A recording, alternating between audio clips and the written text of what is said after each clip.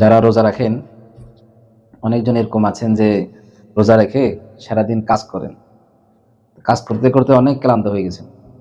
এমন ভাবে ক্লান্ত হয়েছেন যে রোজা রাখতে তার অনেক কষ্ট হচ্ছে এবং রোজা রাখার কারণে তার অনেক ক্ষতি হইতে পারে।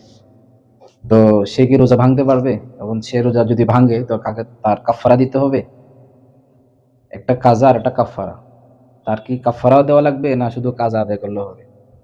এটা আমাদের মাসলা হচ্ছে যে কোনো ব্যক্তি যদি রোজা রাখে, রোজা রাখার পরে সে এমন একটা কাজ করছে যেটার কারণে তার অনেক মারাত্মক তীব্র পিপাসা ধরছে, এমন ভাবে পিপাসা ধরছে যে সে যদি রোজাটাকে পরিপূর্ণ করতে যায় তখন তার সমস্যা হবে।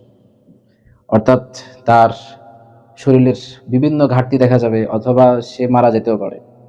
তো এরকম ক্ষেত্রে ওই ব্যক্তির জন্য শরীয়তের বিধান হচ্ছে সে রোজাটাকে ভাঙতে পারে।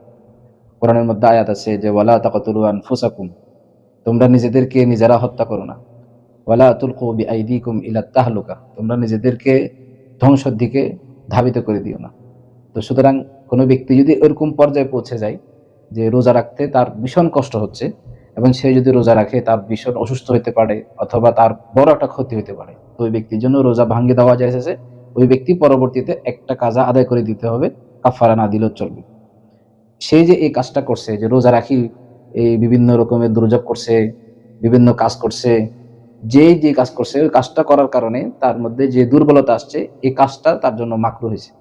এমন কাজ করা যেটার কারণে রোজাদার ব্যক্তির দুর্বলতা সৃষ্টি হয়, ওই কাজটা তার জন্য মাকরুহ। সুতরাং এই কাজটার থেকে বেঁচে থাকা দরকার ছিল।